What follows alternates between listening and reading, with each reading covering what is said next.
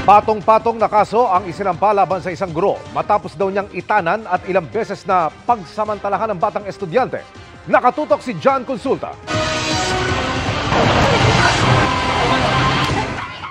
Di na naawat ang nanay ng biktima nang nakaharap ang gurong ng abuso umano sa kanyang 11 anyos na anak. September 3 raw nang di umuwi ang anak. Yun pala, itinanan na ito ng teacher niyang si Kevin Ong, 32 anyos. Yung anak niya ay tinanan nung weekend nung teacher at binalik kahapon ng umaga. Si Ong umano ang lalaking ito na nakuha na ng CCTV sa lobby ng isang motel sa Valenzuela nung araw na yun. Nakakuhanan din siyang kasama na ang batang biktima nang dumiretso sa second floor.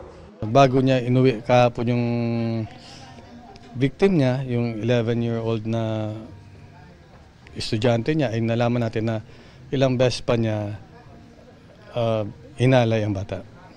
May kuha rin sa dalawa habang bitbit ang kanilang mga bag papunta sa kwarto kung saan umano mahigit 24 oras na paulit-ulit na hinalay ang biktima.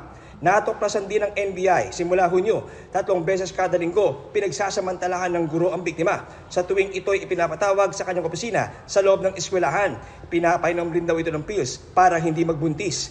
Nang kunan namin ng panik ang inarestong guro. Nandun naman yung paghingi ko ng tawad, hindi naman mawawala yun.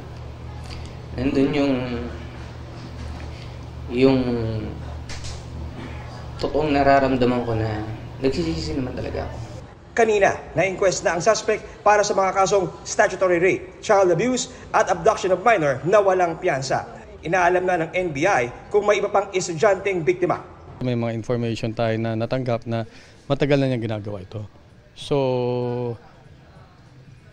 mabuti sa ganitong paraan malaman ng ibang nabiktima niya at lalabas at lalapit sa atin. Para sa GMA Integrated News, John Consulta, nakatutok 24 oras. Mga kapuso, samahan niyo kaming tumutok 24 oras. Bisitahin at mag-subscribe sa GMA Integrated News sa YouTube.